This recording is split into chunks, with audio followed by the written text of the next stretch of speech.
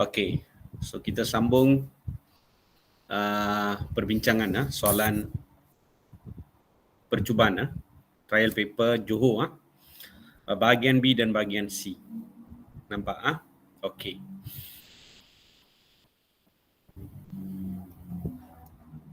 Okay, we shall go. Okay, the first question yang mereka bagilah untuk bahagian B Okay. Kalau you tengok soalan ini quite favorite Azan dalam trial papers iaitu prinsip keadilan dan prinsip keprihatinan. Nampak Okay. So bila you tengok gambar ini memang daripada buku teks lah. Gambar ini adalah 100% from the textbook Azan Okay, nampak tu. So as usual lah, bahagian B tengok dulu soalan. Okay, prinsip keadilan keprihatinan, first tengok soalan dia. And after that tengok the next question. Body shaming. Azan, yang mana satu kamu lebih confident buat dululah. Azan tapi ini cikgu buat discussion, so cikgu pergi satu demi satu lah. Boleh Okay, so we go through Okay. Raja di bawah menunjukkan pengguna jalan raya telah dikenakan tindakan saman. Telah dikenakan kerana melakukan kesalahan lalu lintas. So you can see sebagai anggota polis trafik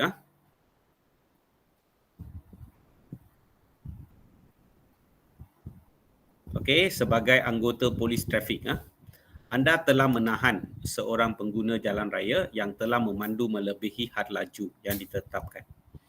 Setelah disoal, anda mendapati pemandu tersebut memandu laju kerana membawa ayahnya yang sedang sakit tenat ke hospital. Apakah tindakan anda? Ini okey. So pada pendapat anda, adakah prinsip keadilan atau keprihatinan, prinsip keprihatinan yang akan digunakan oleh polis trafik tersebut? Justifikasikan hujah anda.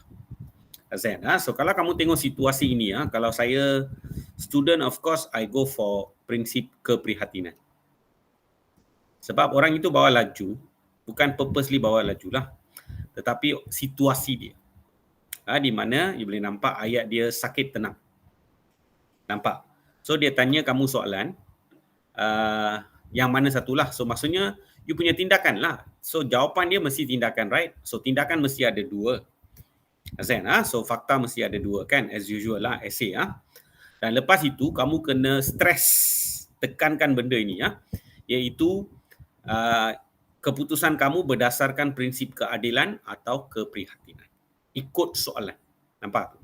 Dan kadang-kadang ada juga soalan yang dia straight away dia kata berdasarkan prinsip keprihatinan. Tapi yang ini dia kata adakah prinsip keadilan atau prinsip keprihatinan. So maksudnya confirm jawapan akan ada jawapan skema jawapan mesti ada kedua-duanya. Azan tapi untuk cikgu rasa yang ni lebih senang lah. Prinsip keprihatinan. Nampak? Boleh Okey, wait Cikgu ambil textbook dia.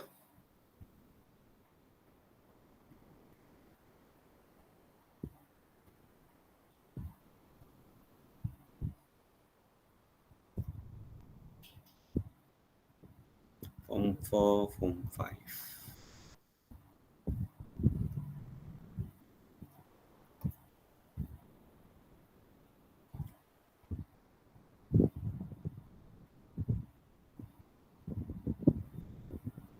Okey Okey.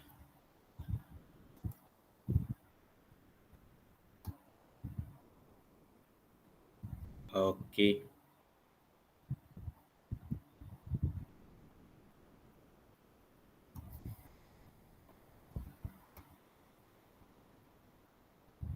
Okey. So bila kamu tengok bila kita nak jawab soalan, of course kita kena ada baca buku teks lah. Kita perlu baca buku teks kan. Azan you baca, lepas tu you fahamkan konsep-konsep dia. Ada beberapa perkataan istilah yang sangat penting kita boleh gunakan untuk jawapan kita lah. Nampak tu? Boleh Okey, so you tengok jawapan yang cikgu bagilah. Okey okay. Tindakan pertama. Polis trafik berdasarkan prinsip keprihatinan adalah, so saya gariskanlah prinsip keprihatinan sebab saya buat keputusan based on prinsip keprihatinan. So it's already highlighted dalam jawapan saya. Nampak berdasarkan prinsip keprihatinan, apa tindakan saya? Tidak menyaman pemandu tersebut. Saya tidak akan menyaman pemandu tersebut. Dan ini fakta saya lah. Dan after that, saya as usual lah, saya kena bagi huraian. Saya kena bagi huraian lanjutan. Saya kena bagi contoh, inference. Nampak tu? Okay, ini is a must. So kalau kamu tengok skema jawapan pun, mereka hanya bagi kamu banyak points. Dia cakap dekat sana contoh jawapan. Azan, tapi penuh dengan facts, terlalu banyak facts. Dia tak ada jawapan macam yang cikgu bagilah. Azan, sebab cikgu ikut keperluan lah. Azan, keperluan iaitu mereka nak 2 fakta. Kriteria lah, cikgu ikut kriteria yang diberilah. Azan, so kamu kena ada 2 fakta. So cikgu asingkan fakta itu and then cikgu bagi huraian lanjutan, contoh dan inference. Azan, okey. Dan bila saya nak bagi jawapan untuk soalan ini, saya akan gunakan banyak istilah yang ada dalam buku teks tau. Okey, so you tengok macam mana cikgu buat jawapan dia. Okey, okay. So ini tindakan pertama saya takkan saman dia lah. Okey. Polis trafik telah membuat pertimbangan moral. So pertimbangan moral, tengok istilah ini. Pertimbangan moral dan melepaskan pemandu daripada tahanan. Daripada tahanan bukannya daripada penjara, tahu you ada tahan dia kan. So you lepaskan dia daripada tahanan. Azan. So polis trafik wajar arahkan pemandu untuk teruskan perjalanan ke hospital dengan segera. This is one of the tindakan I can do lah. Misalnya, so saya bagi contoh lah. Misalnya dalam situasi ini, faham? Orang yang ada keprihatinan means dia akan fikir secara mendalam. Nampak? Dia ada sifat peri kemanusiaan. So, you boleh nampak dalam situasi ini, polis trafik harus tunjukkan sikap peri kemanusiaan. Setelah melihat sendiri keadaan bapa pemandu yang sakit tenat. Even the picture lah kamu boleh nampak. You can see what? The father see what? Nampak? Okay? So, you tengok bapa dia sakit tenat dan atas sikap prinsip keprihatinan lah. Azan, okey, nampak. So kesimpulannya balik kepada you punya fakta lah, tidak menyamankan. Okey, kesimpulannya tindakan polis trafik tidak mengeluarkan saman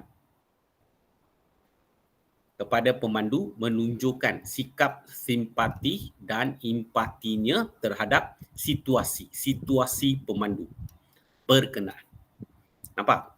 So overall lah, kalau kamu tengok jawapan cikgu ada pertimbangan moral, ada sikap peri kemanusiaan, simpati, Azan. Semua ini adalah buku teks lah. Saya sudah baca buku teks, saya sudah faham konsep apa itu keprihatinan. Nampak? There? You ada pertimbangan moral, situasi yang dihadapi. Kita kena tengok. Kita kena berperi kemanusiaan. Sini pun ada berperi kemanusiaan. Kita ada simpati. Nampak? Boleh? Dapat? So kita gunakan untuk jawapan lah. Nampak tu? In fact, kita belajar kepentingan membuat keputusan berdasarkan prinsip keprihatinan. So kita nak elakkan diri daripada menjadi mangsa keadaan. Nampak? So kita nak pastikan semua lapisan masyarakat mendapat keprihatinan yang sewajarnya. Semua ini adalah based on prinsip keprihatinan. So saya faham konsep keprihatinan. Azan. Macam mana saya faham? Buku teks kena baca. Ini kelemahan pertama budak-budak. Tak mau sentuh buku teks. Azan. So you have to go through in and out bila kamu belajar. Azan. Dan satu lagi perkara as usual lah, like science stream student semua, subjek moral ini tidak diberi begitu banyak penekanan compared to other subject. So student ini suka dia pilih subjek, lepas tu dia beri tumpuan kepada certain subjek saja. So moral ini saya tak tahulah sebab exam nanti immediately after moral is next day is sejarah. So I think most of them will be studying sejarah. during moral.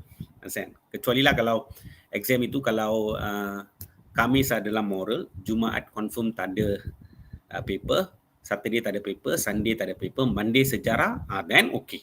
Mungkin student akan cakap, tak apalah kita baca habiskan moral dulu, baru baca sejarah. So the timetable is not favorable kepada kamu. Understand? Faham? So cikgu normally cikgu bertindak cepat. Understand? So cikgu adalah jenis yang saya tengok timetable SPM. Tapi sebelum saya tengok SPM timetable, saya tengok timetable kamu. Yang maksudnya sekarang cikgu-cikgu semua sibuk. Dapatkan, dia kena print untuk kamu at least 3 set kertas untuk buat latih tubi sebelum exam. Understand? So maksudnya baru mereka nak prepare, baru nak print. Tapi kelas cikgu sudah habis. You tengok berapa banyak set kita sudah habis. So kita advance. Understand? Okay, nampak tu. So cikgu train sebab saya tahu selepas balik ke sekolah, it's very difficult for us to see you. Understand? Sebab kamu akan terlalu sibuk dengan banyak perkara. Boleh? Okay, nampak tu. Okay. So, sekarang bukan masa untuk baca buku teks. Terus buat soalan trials. Understand? Lebih banyak soalan model paper penuh kamu buat, lebih bagus.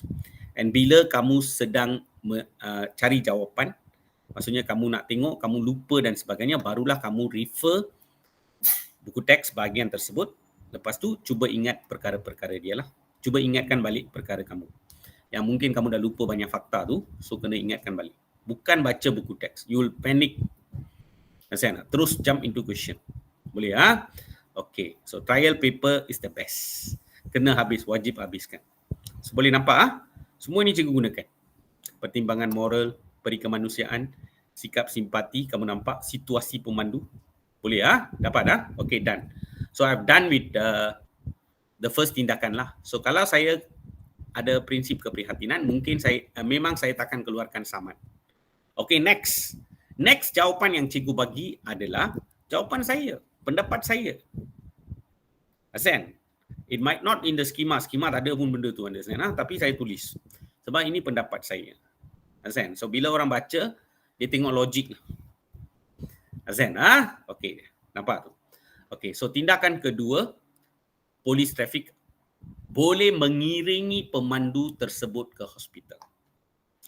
So maksudnya kamu boleh follow pemandu tersebut ke hospital. Sebab you tengok ni baju apa ni?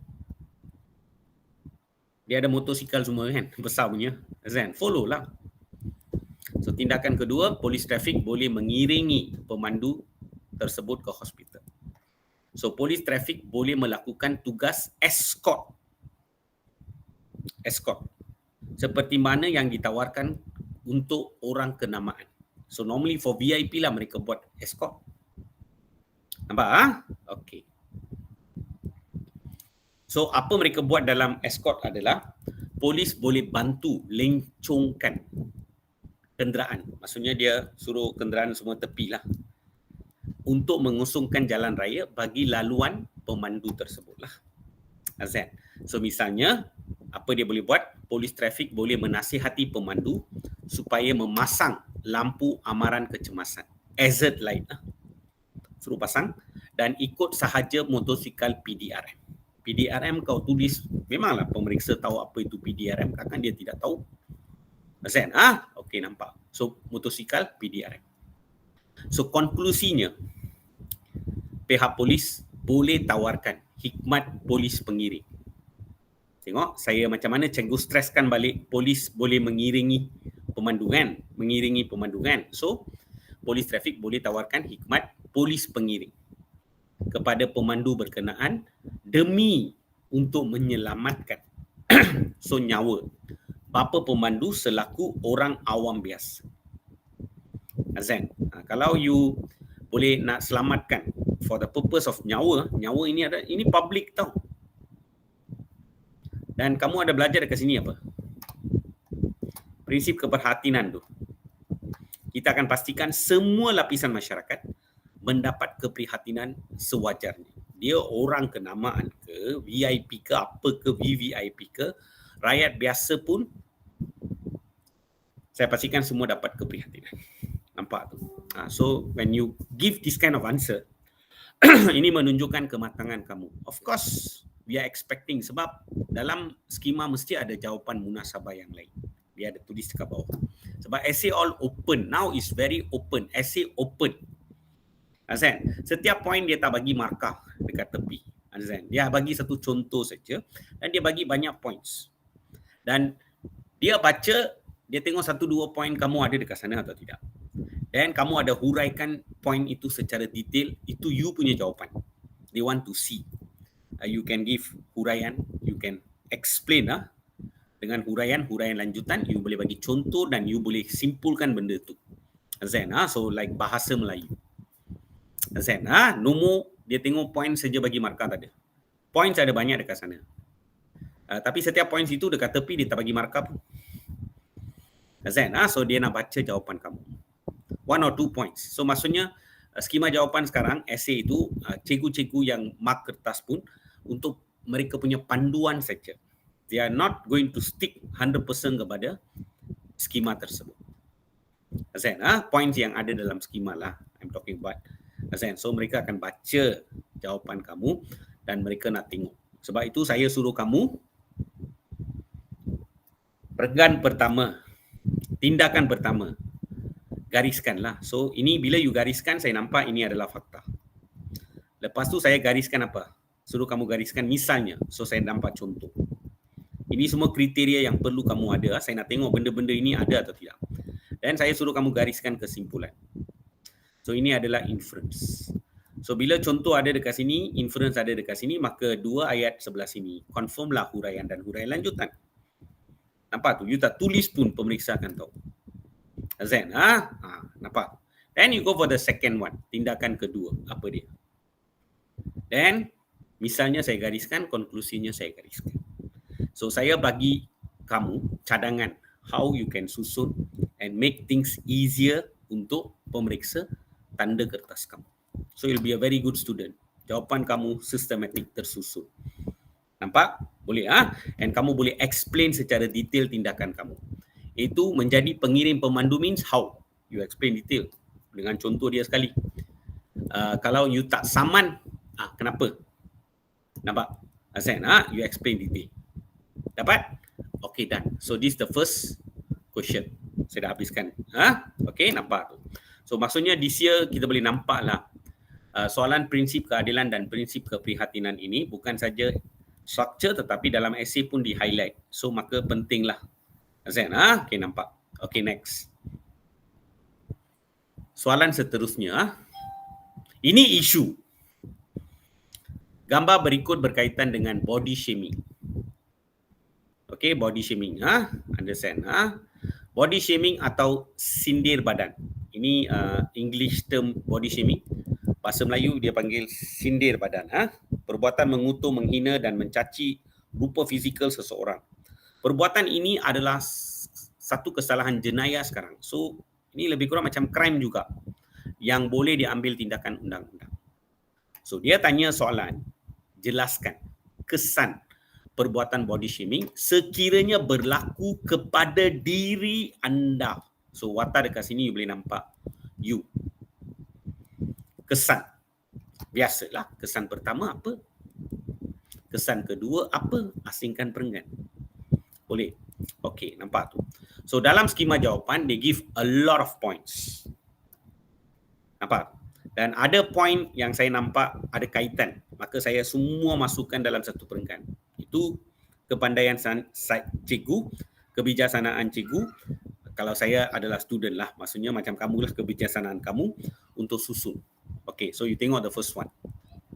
Kesan pertama, saya akan mengalami stres dan gangguan emosi. Stres. Stres ini ada kaitan dengan trauma kan? So saya akan alami trauma untuk berhadapan dengan masyarakat kerana sering terdedah dengan ejekan fizikal. Semua ejek saja like you uncomfortable nak jumpa orang pun like malu. Trauma. Azan. Jika hal ini berlanjutan, if benda ini continuously happens, apa kesan dia? So jika hal ini berlanjutan, saya mungkin alami kemurungan. Kemurungan maksudnya depression. So you boleh nampak stres, trauma, kemurungan, semua kait rapat. Melampau sehingga saya mungkin memutuskan untuk akhiri hidup saya. Maksudnya bunuh diri lah. Cara saya present is a bit different lah. Okay, nampak? So misalnya, okay, bunuh diri ini sebab body shaming adalah satu fenomena yang biasa sekarang at the moment banyak berlaku dekat dunia. So saya bagi satu contoh. So contoh yang saya bagi, you see, cikgu dulu sebelum menjadi guru, saya was a pelajar SPM also like you, and saya pernah buat STPM. So dalam STPM kita kena buat karangan, kita kena buat 2 karangan, laras sastra, laras sains semua. Dan semasa kita buat, cikgu-cikgu form 6 beritahulah, bila bagi jawapan, contoh semua mesti contoh reality, statistik ke, menunjukkan kematangan kamu ada baca, kamu boleh petik, answer semua boleh letak dalam jawapan. Understand? So this is a standard. Faham? Understand? Okay. So you mesti tahulah kalau you nak markah paling tinggi lah, aras ke-4. So maka mesti ada kriteria. Dan selain daripada kriteria itu, kamu kena tunjukkan kematangan kamu. Sangat matang. Sangat terperinci. Okey, nampak? Itu semua adalah kriteria yang mereka bagi dekat sana lah. Okey, so misalnya kajian menunjukkan 1 daripada 8 orang dewasa di UK mempunyai pemikiran bunuh diri disebabkan oleh masalah imej badan. So that means in UK itself, UK itu negara maju tau. Dekat negara maju pun, kalau 1/8, jangan pulang kau cakap, cikgu apa ni 1/8, bukan 2/8, bukan 3/8, 1/8. 1/8 kali dengan dia punya population, banyak juga orang dia. Boleh nampak tu, you couldn't be bothered about all this. Tapi you tengok negara maju pun, banyak orang dewasa nak bunuh diri. Kenapa? Apa yang mendorong mereka bunuh diri adalah masalah imej badan. Sebab yang nak try to bunuh diri itu kadang-kadang tak capai target dia bunuh diri lah. Maka orang akan tanya, why lah you do this? Understand? Shame. Body shaming lah. Understand? So you can see. Boleh mangsa. Understand? Okay, nampak. Negara maju pun ada. So betapa serius benda ni. Kesimpulannya, body shaming boleh menyebabkan mangsa alami tekanan. Stres itu saya cakap tekanan hidup. Sehingga mengakibatkan kejadian bunuh diri. Tapi bunuh diri saya guna dekat sini, mengakhiri hidup saya. Menamatkan riwayat saya. Dalam BM ada banyak perkataan lah, guna. Tunjukkan kamu ini, you dictionary lah. You are a dictionary tau, ada banyak perbendaharaan kata. Vocabulary kamu adalah very good, strong. Then orang boleh bagi you A+ lah. Boleh faham? 50% sekarang adalah essay. So you want to come into kategori cemerlang, then jawapan kamu must be very solid lah. Dapat Anzan, boleh nampak? Boleh. Skema pun tak ada macam ni tahu. Skema dia bagi point semua point kecil-kecil dia bagi. Anzan, skema memang macam tu. Point. Anzan, okay, nampak? So the way you present you punya jawapan. Anzan, ada fakta, satu, explain detail. Contoh semua cantik. Okay, next. Kesan kedua, kesihatan tubuh badan saya akan terjejas. Kesihatan tubuh badan saya akan terjejas. Okay, ni orang kutu you, kesihatan badan kamu how? You see, it's like this. Cikgu tengok macam mana cikgu explain. Apabila saya dihina kerana tubuh badan saya obese. Obese maksudnya gemuk lah. Dan kamu kena ingat body shaming is not only obese tau. Ada banyak perkara lain. You skinner tahu skinner. Very skinny also people will kutu you. Understand? Okay, nampak. You're not in shape also. Shape kamu out also people akan kutu. Understand? So people like to defame you lah. Understand? So much lah. Understand? Kutu you. Okay, so bila orang kutuk, apa you akan buat kalau obese? I'll show them lah, understand lah. You start diet seriously, understand lah. Tak tahu apa benda kau makan, understand lah. Nampak. Dan kadang-kala ada orang yang kamu boleh nampak, mereka pergi buat muka dia, hidung dia masalah pun dia pergi betulkan. So mereka buat apa itu, pembedahan plastik dan sebagainya. Tak tahu apa benda dia makan. Pil-pil itu semua, understand ha? Nampak tu. Boleh ha? Okay, so ini semua boleh mengundang apa itu? Masalah tubuh badan lah.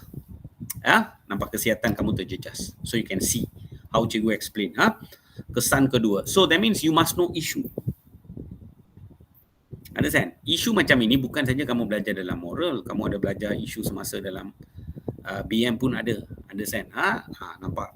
Boleh Okay, so apabila saya dihina kerana tubuh badan obes, maka ini mendorong saya mulakan diet yang melampau. Saya mula explain lah. Saya mula ambil makanan secara terhad dengan kalori yang rendah beserta dengan senaman yang keterlaluan sehingga mengundang kesan sampingan yang lain. You tengok macam mana cikgu explain detail. Tapi cikgu beritahu kamu, jawapan cikgu standard cikgu lah.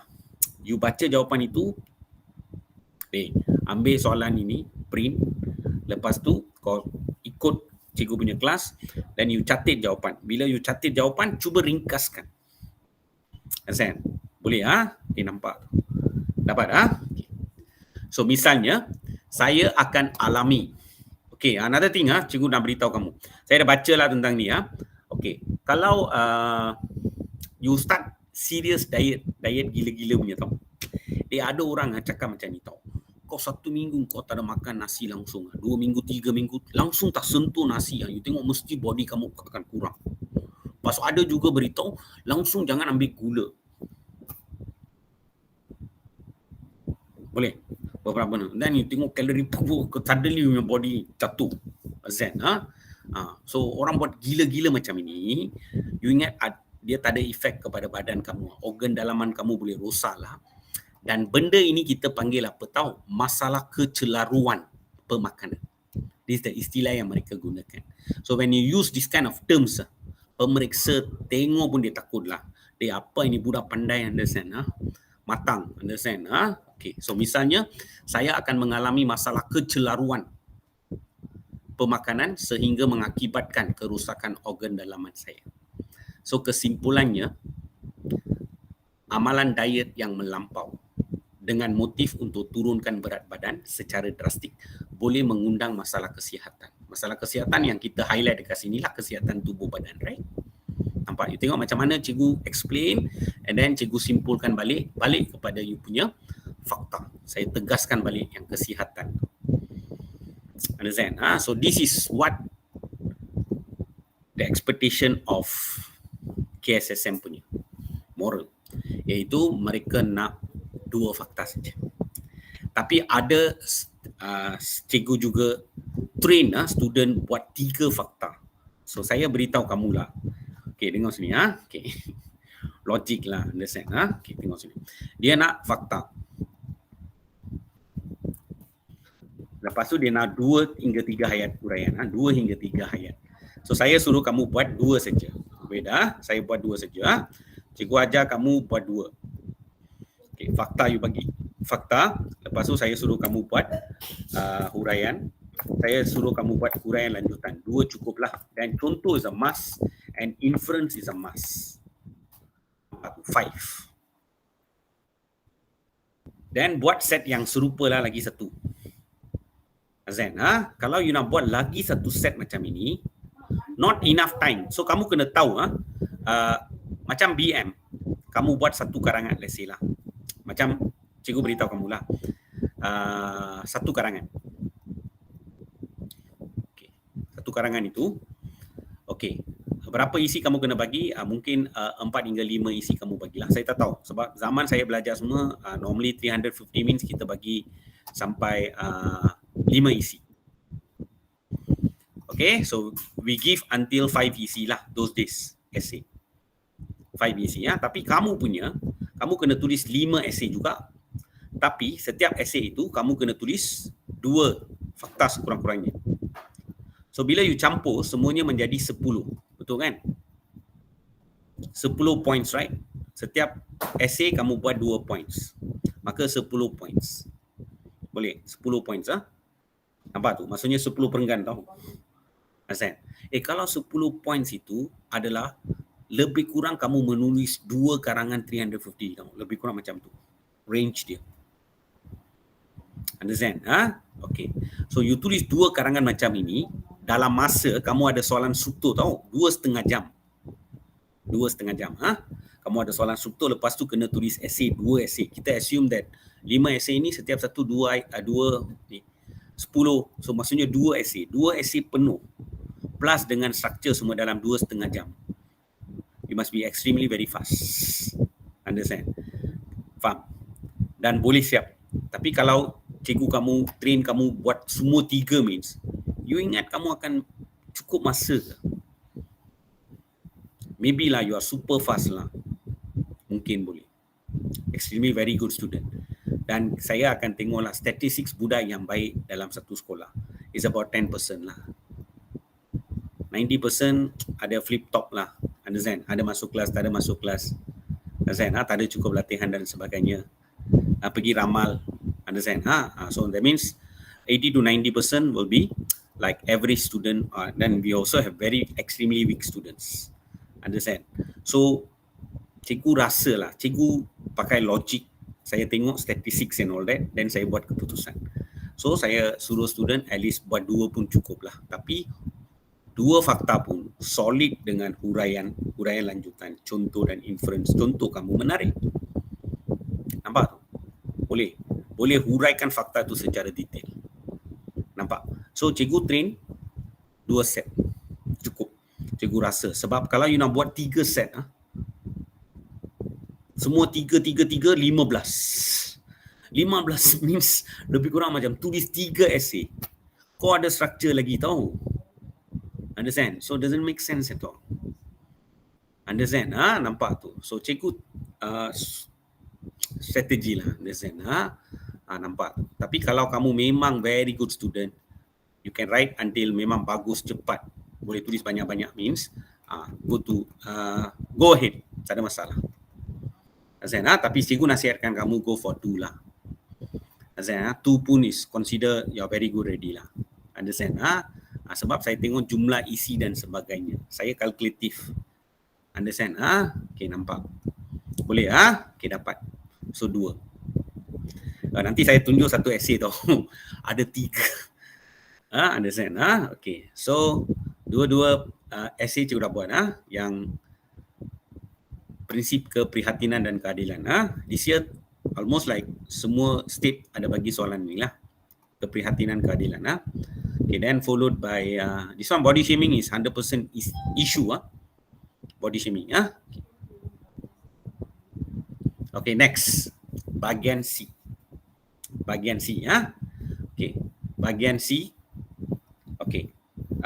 Saya gambar ini saya tengok gambar ini Okay, tengok sini Kadang-kala dalam soalan gambar mungkin ada 2. So dia bagi maklumat 1. So soalan A mungkin based on maklumat 1 dan dia bagi maklumat 2. Dan soalan B mungkin based on maklumat 2. Boleh Okey, maklumat 1 ini apa yang saya nampak adalah dia tengok kalau you tengok gambar ini properly means maksudnya bila mereka cut and paste buat soalan ini, the graph is not lengkap. When they cut and paste lah. Mungkin sudah hilang sikit lah.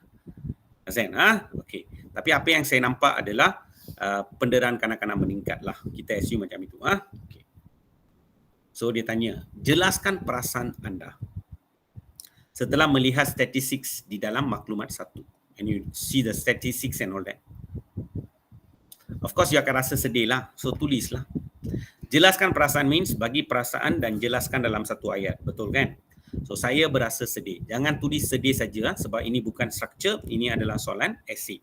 So saya berasa sedih. Nampak? Next, beritahu kenapa you sedih. Kerana perbuatan, gunakanlah penderaan kanak-kanak, pembuangan bayi all comes under peri kemanusiaan. Berperi kemanusiaan topik. You ada 2 peri kemanusiaan topik.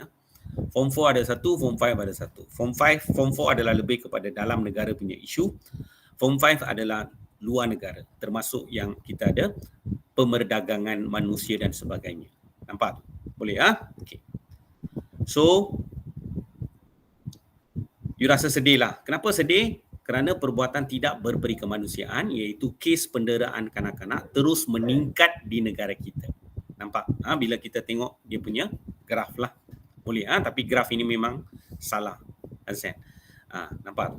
Saya rasa mereka buat soalan, lepas tu mereka share dengan setiap daerah dekat Johor share soalan ini, dan share means mereka tak tengok soalan bulat-bulat tetapi gambar mereka ada tukar. And ada juga saya nampak lagi satu daerah dekat Johor guna soalan yang sama tapi gambar dia berbeza-beza. Boleh, yang penting kita soalan lah. Okay, so you tengok, bincangkan tindakan.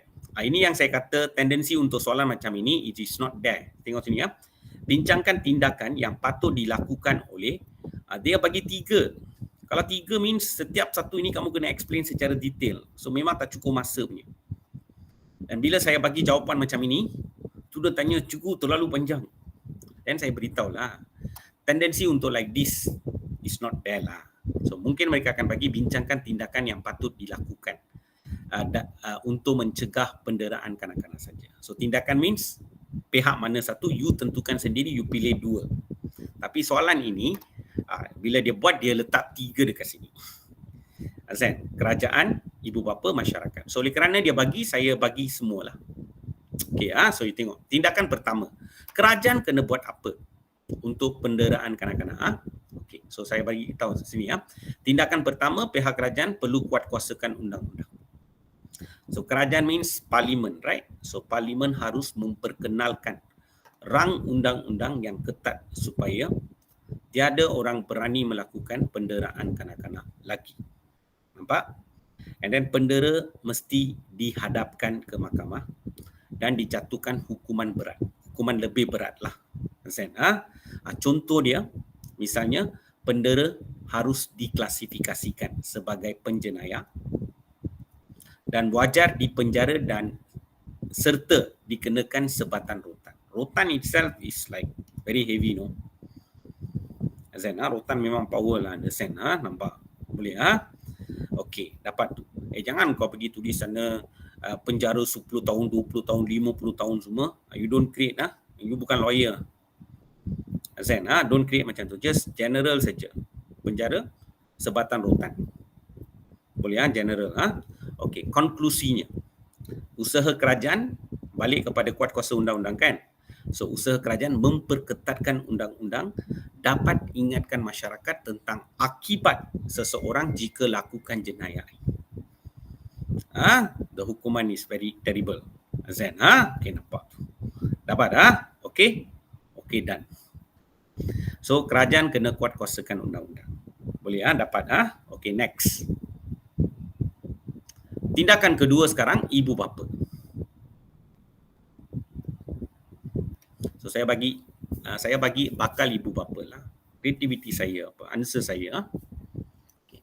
Tindakan kedua, bakal ibu bapa perlu ambil inisiatif untuk mengikuti kursus keibubapaan sejurus selepas mereka mendirikan rumah tangga mereka. Ini tindakan ibu bapa, bakal ibu bapa. They have to go through courses. Okay, nampak. So bila saya actually at the moment Malays have orang Melayu ada khusus perkahwinan, pra perkahwinan lah, all that, understand? Nampak tu. Boleh Okay. So it is dunia sekarang lah. Dunia sekarang adalah berbeza. Understand? Anak-anak sekarang semua terdedah kepada teknologi maklumat komunikasi digital. Understand? So a lot of negativity is there in the digital. Bukan positif saja, ada yang negatif. So even ibu bapa sekarang mesti tahu macam mana guna TMK dengan betul.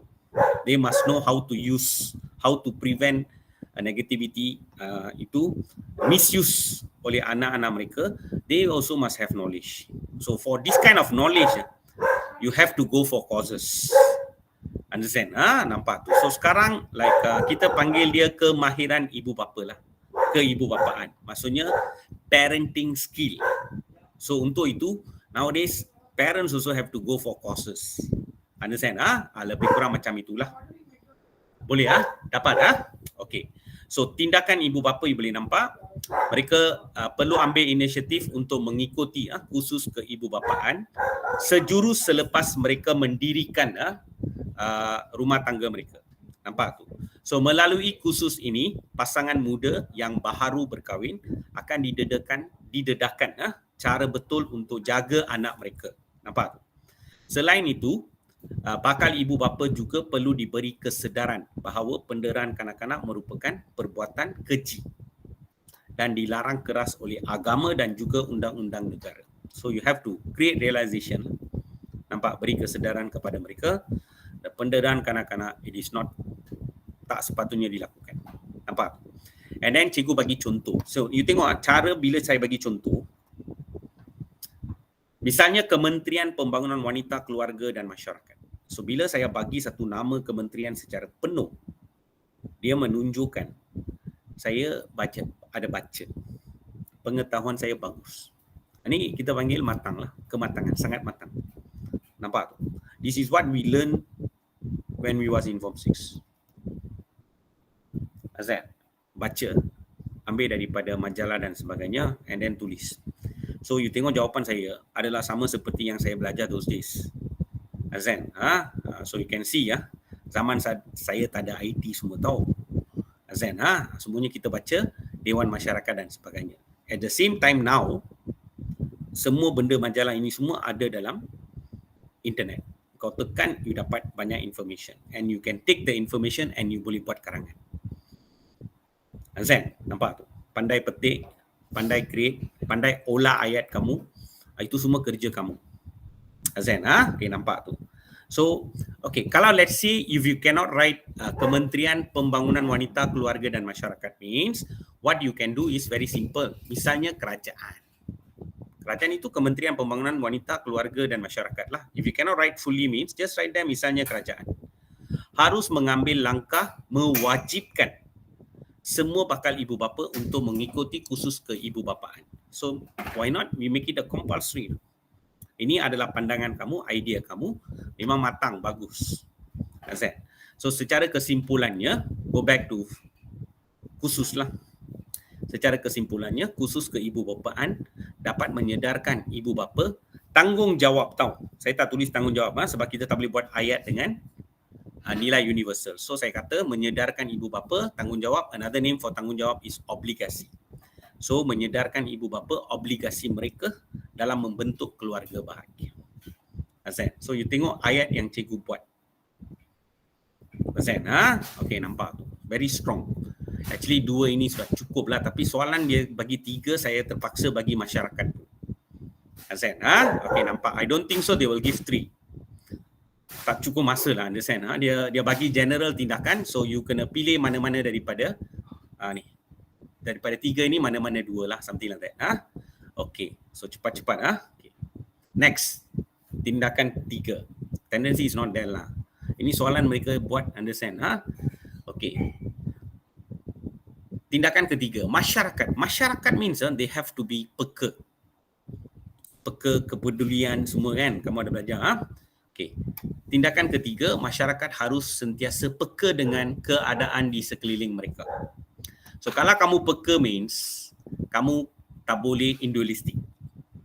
Individualistik itu nama lain dia adalah pentingkan diri sendiri. So masyarakat perlu buang atau kikis sikap mementingkan diri sendiri. Nampak? Masyarakat harus memiliki sikap ambil peduli apabila mengesan.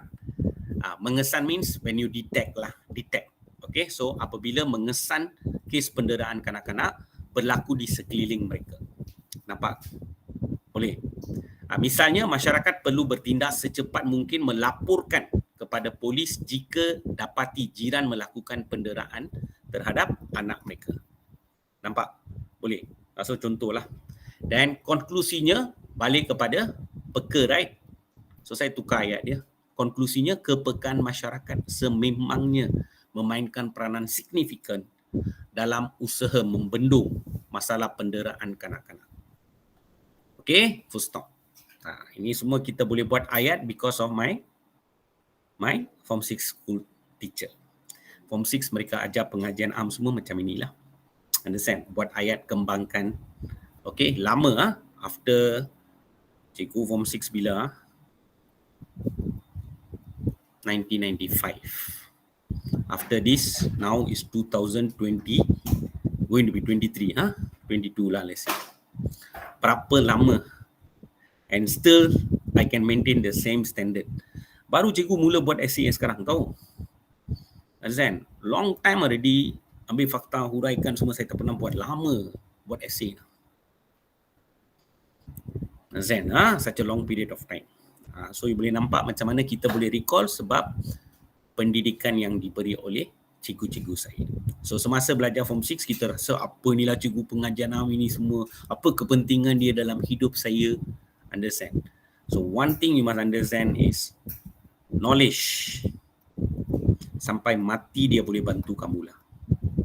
So knowledge yang saya dapat daripada Form 6 pengajian am, you boleh nampak sekarang menjadi penting untuk kerjaya saya sebagai seorang guru. Understand? Tak pernah saya came across lah. Sebab tu saya kata we must have passion for knowledge. Knowledge takkan put you down. It will always arise you. Understand? Make you majulah.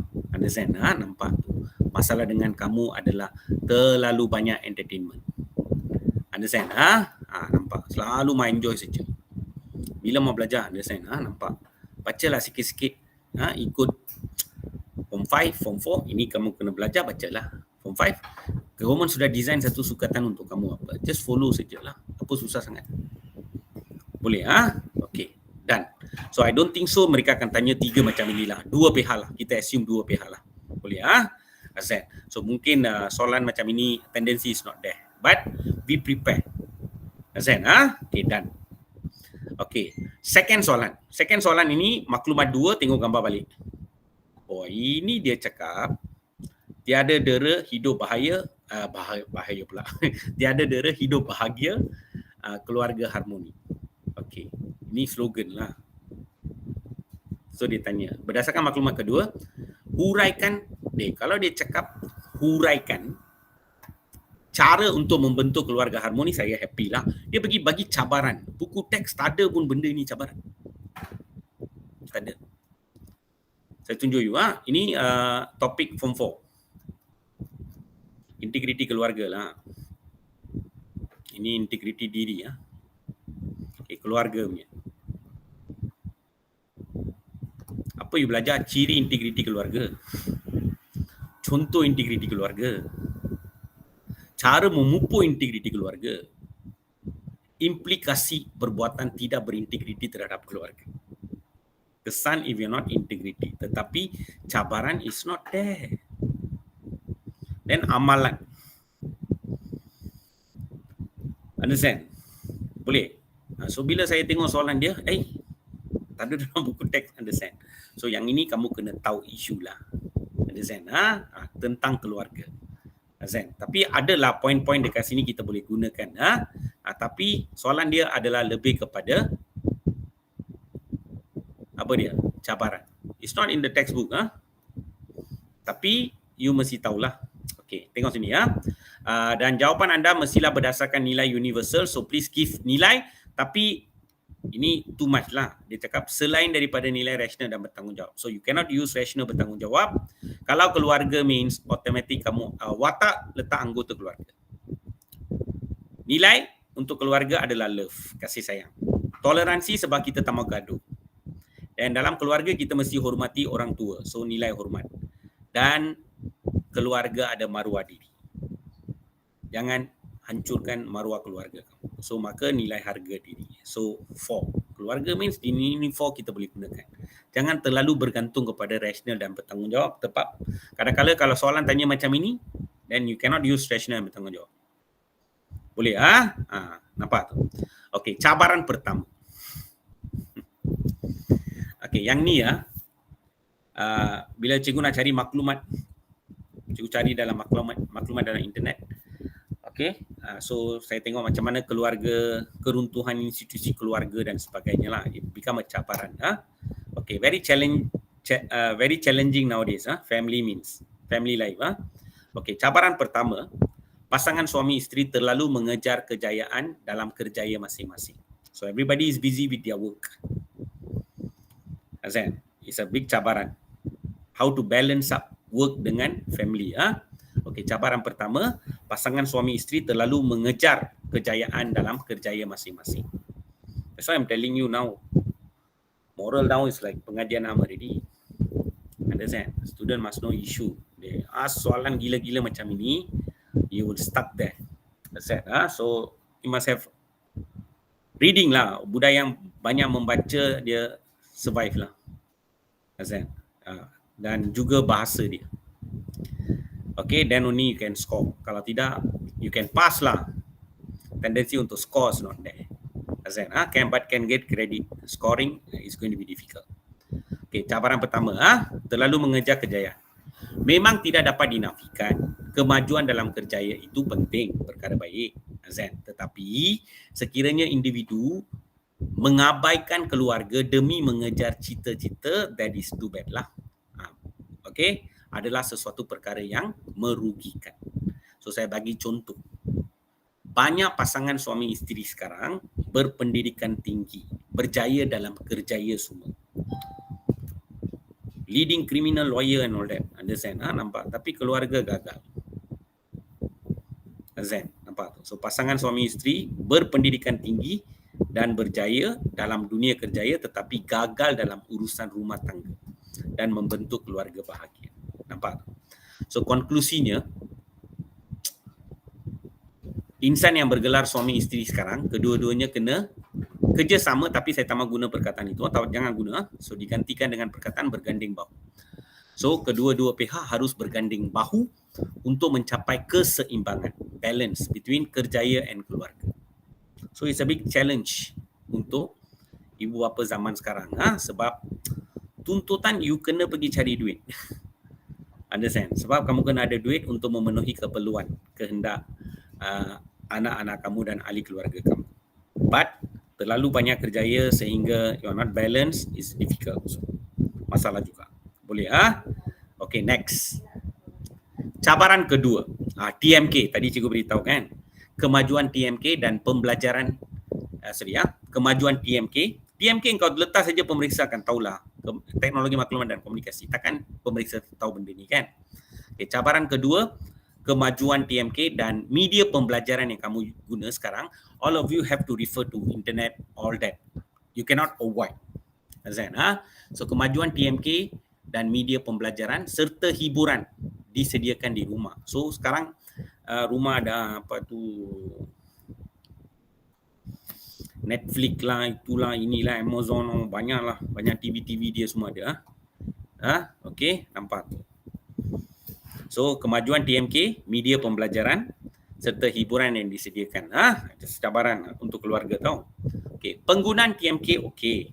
Tapi tanpa pemantauan dan kawalan ibu bapa akan mendedahkan anak-anak kepada risiko penyalahgunaan. They might, if you don't monitor and you don't control, it can lead to misuse. Okay, risiko penyalahgunaan.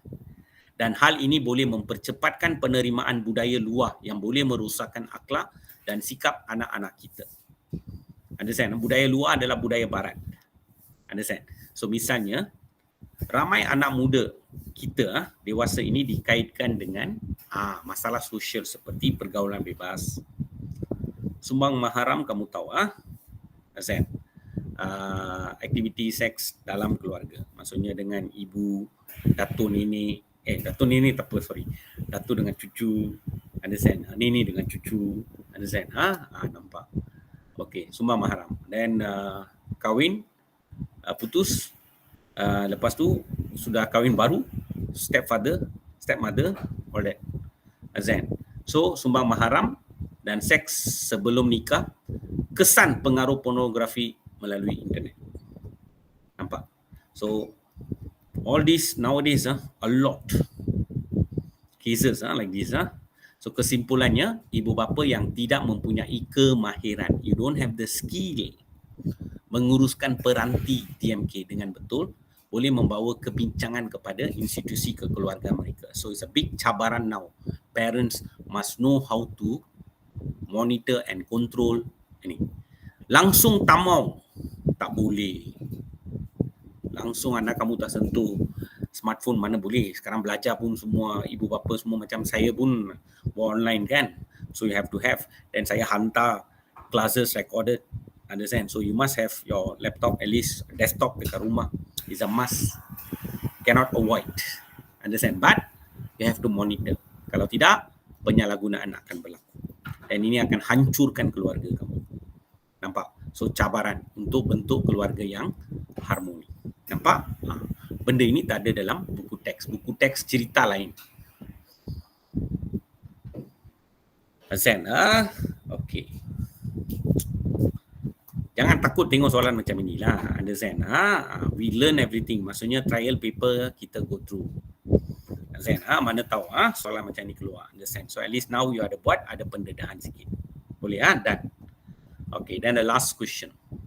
Ini memang this year target lah. Alam sekitar last year langsung tak ada soalan. Maka this year kamu boleh nampak lah. Dan beberapa isu yang sangat penting untuk alam sekitar adalah global warming. Global warming atau kita panggil dia perubahan cuaca dunia sekarang. Okay, so mereka bagi macam dialog dekat sini. Dialog di bawah berkaitan dengan isu pemanasan global. Siva, cikgu, semalam saya dengar berita peningkatan suhu yang melampau di seluruh dunia. Betul lah Siva, Kong cakaplah. Saya pun ada baca berita tersebut. Kawasan timur England merekod suhu tinggi semasa musim panas tahun ini. Okey, Cikgu Aslinda kata, Siva Hong, pemanasan global adalah disebabkan oleh aktiviti manusia dan juga faktor semula jadi. Aktiviti manusia dan faktor semula jadi ini kau belajar masa geografi tingkatan 2 ada. Azan. Okey, so sekarang soalan dia.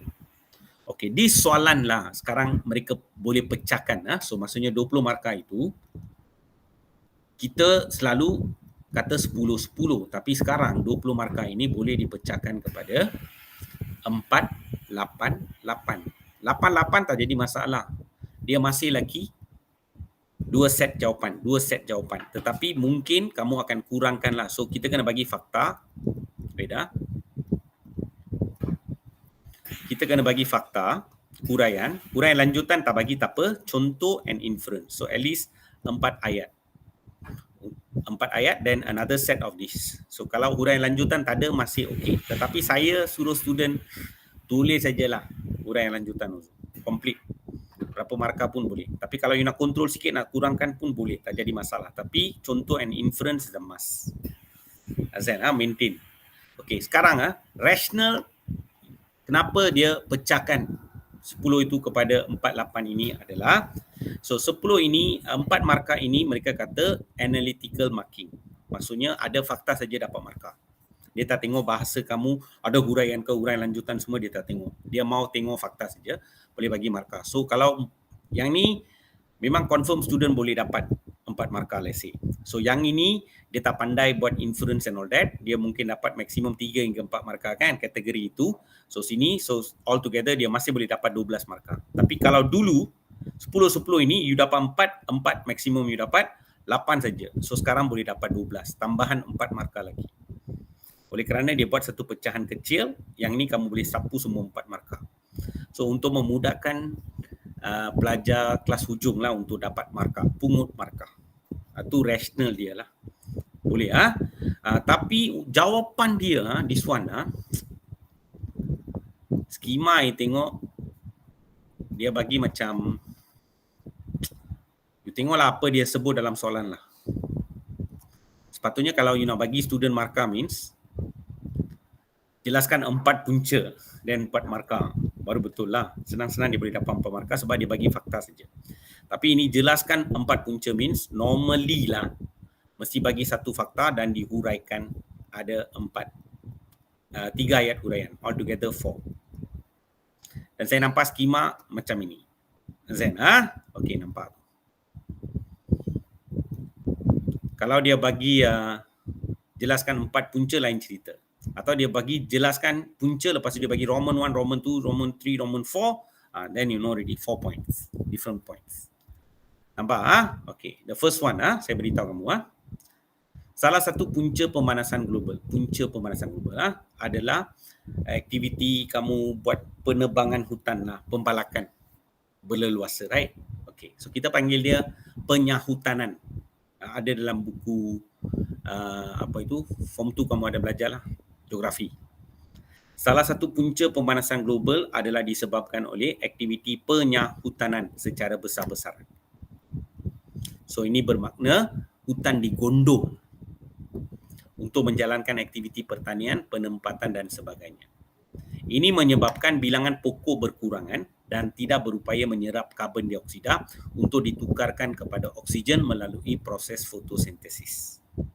So situasi ini menyebabkan ketidakseimbangan antara kandungan oksigen dan karbon dioksida. Sepatutnya kamu pakai itu kenderaan semua bebaskan bahan api fosil semua, bebaskan banyak karbon dioksida. So masa proses fotosintesis, pokok akan ambil itu karbon dioksida, dia bebaskan balik oksigen kepada kamu, kan? Understand? Sekarang pokok semua kau bagi gundul buat apa? Understand? So maka berlaku sekarang ketidakseimbangan, dan inilah yang mengakibatkan suhu bumi terus meningkat. You see macam mana cikgu explain secara tersusun. Nampak? Boleh aktiviti penyahutanan. Maksudnya apa? Hutan digundul. Untuk apa? Pertanian all that. Then what happens then? Bilangan pokok berupaya berkurangan dan tidak dapat menyerap karbon dioksida untuk ditukarkan kepada oksigen melalui proses fotosintesis. Dan situasi ini menyebabkan it's not balance, ketidakseimbangan antara kandungan oksigen dan karbon dioksida, dan menyebabkan suhu bumi meningkat. Dapat 4 markah. Dan okay, now kesan. Give 2 kesan. Faham? Kesan pemanasan global. Kesan pertama adalah perubahan iklim dunia. So akibat daripada pemanasan yang berterusan, iklim berubah dan menghasilkan corak cuaca baru yang kekal untuk jangka masa yang lama. Selain itu, suhu tinggi akan meninggalkan kesan kepada aliran angin. So bila suhu tinggi so apa berlaku adalah aliran angin itu pun dia jadi lain macam. Aliran angin akan membawa pembentukan lebih banyak ribut taufan, and hujan monsun pun sekarang menjadi lebih teruk daripada biasa. Musim monsun means memang hujan, tapi sekarang hujan double triple punya saiz dia mari. Ribut pun saiz macam tu. And ini kamu boleh nampak ketara dalam Malaysia, banjir yang lepas memang teruk, tak duga. Azan. Sama macam itu sekarang dekat Amerika Syarikat, apa sedang berlaku adalah ribut salji. So misalnya Amerika Syarikat telah dilanda ribut salji dan ribut taufan yang sangat teruk baru-baru ini. So itu contoh, reality. Nampak? So kesimpulannya, perubahan iklim dunia bukan sahaja mengakibatkan ekosistem alam sekitar terjejas, malah ia memberi kesan besar kepada manusia secakan. See how I explain perubahan cuaca iklim. Nampak? Boleh dapat. Bila pemanasan berterusan, what happens? One by one saya explain secara detail. Nampak? This is what they want nowadays. Understand? Skema hanya bagi banyak point. You cannot write like skema. So skema itu adalah panduan untuk cikgu lah. Oh budak ni ada tulis ini, oh memang skema pun ada benda tu. Kalau tak ada pun tak apa. Make sense, dapat markah. Boleh dan dia explain. Okay, next. Kesan kedua, peningkatan aras laut.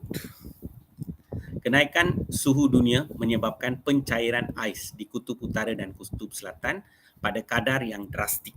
Memang sedang cairlah, tetapi sekarang terlalu cepat. Kadar yang drastik.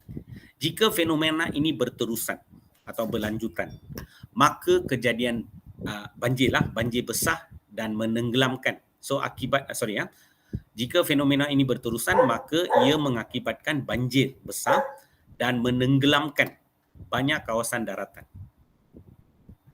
So misalnya saintis ramal bahawa bandar seperti New York di Amerika Syarikat berdepan ancaman banjir akibat kenaikan paras laut. Understand? One day semuanya akan tenggelam lah. And one of it yang sedang tenggelam adalah Jakarta. Dan ini menyebabkan ibu kota atau ibu negeri Indonesia itu sekarang sedang dipindah. Jakarta ini sedang dipindah ke Kalimantan. The whole city now they are bringing to Kalimantan sebab Jakarta is shrinking. Azan, okay, nampak sama macam itu Amerika Syarikat, Jepun pun ada sebab kenaikan paras laut. Boleh. So konklusinya, banyak harta benda musnah dan nyawa manusia terancam ekoran balik kepada aras laut. Nampak? You go back. Okay, dapat? Okay, done. Last. Bincangkan langkah-langkah bagi menangani isu di atas. Maksudnya isu pemanasan global lah. How kita boleh atasi langkah.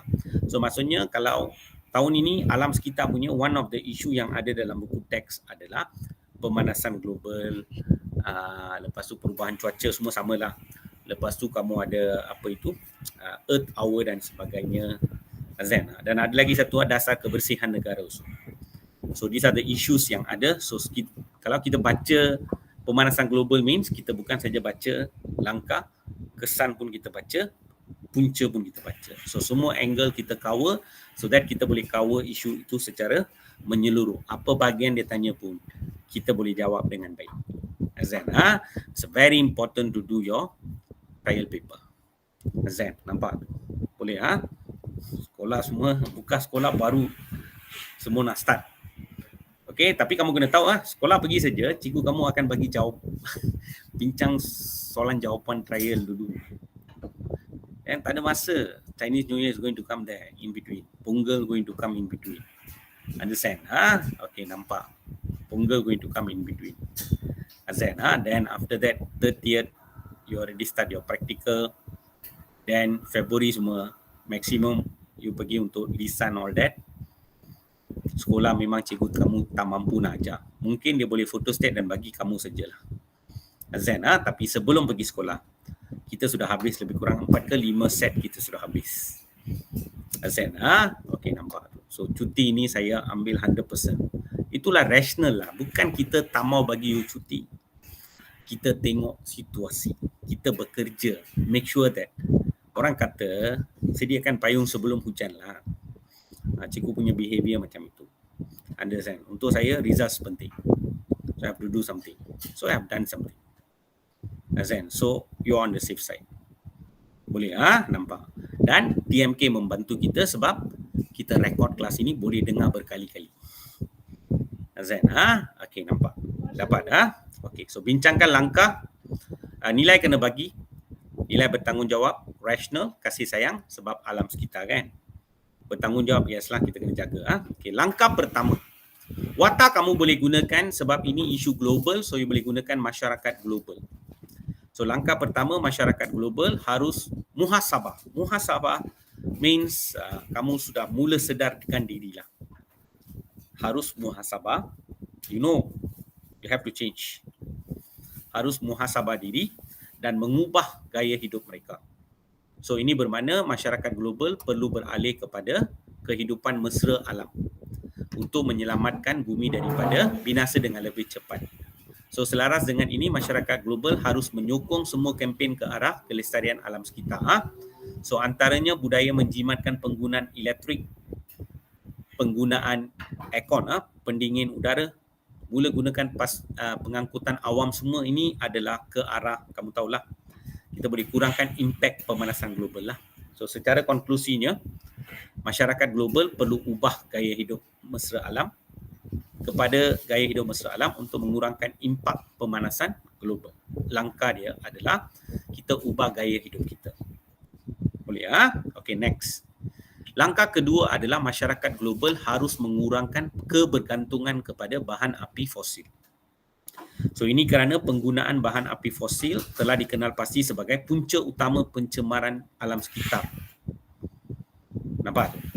So tambahan pula bahan api ini juga mempunyai kandungan karbon yang tinggi yang berupaya menyumbang kepada pencemaran alam sekitar itu adalah pencemaran udara dan juga pemanasan global. So tamsilnya, masyarakat global harus beralih kepada kenderaan mesra alam seperti kenderaan hybrid ke, kenderaan elektrik ke, atau guna kenderaan biodiesel yang mampu mengurangkan pengeluaran bahan toksik melalui exhaust kenderaan. So intihannya, masyarakat global harus beralih kepada alternatif bahan api fosil yang tersenarai di atas. Yang inilah semua dia. Untuk mengurangkan fenomena pemanasan global. So kita tamak guna bahan api fosil. Go back to the square one lah. Kurangkan kebergantungan kepada bahan api fosil. Nampak? Okay? Okay, done. So beberapa set kertas kita dah buat, maka you must able to get used to sistem penulisan esei sekarang yang berlainan sedikit. Dia lebih kurang macam bahasa Melayu, tapi you tanya saya personally, it is not bahasa Melayu. Bahasa Melayu pun kamu kurang menulis berbanding dengan yang ni, sebab 5 esei, setiap satu 2 isi. So maksudnya you are writing 10 isi. And SPM-BM paper pun satu esei itu 4 hingga 5 isi saja. So you are writing 2 esei consider. Esei panjang BM, 2 paper. Understand? Mana cukup 2.5 jam. If you are not fast. So if you write 3 isi means it will become 15. 15 means writing 3 esei. BM. Understand? So weightage adalah sangat tinggi. Understand? Sebab itulah kamu kena duduk dan menulislah. You must write. If you just read saja, real exam you cannot perform. Understand? Masjid, tangan mesti gerak. Cepat gerak. Cepat turun isi, cepat menulis. So it is a training. Understand? Kalau tidak kamu sangkut dekat exam. Kamu panik, buat silap, putung-putung here, putung there. There is no flow.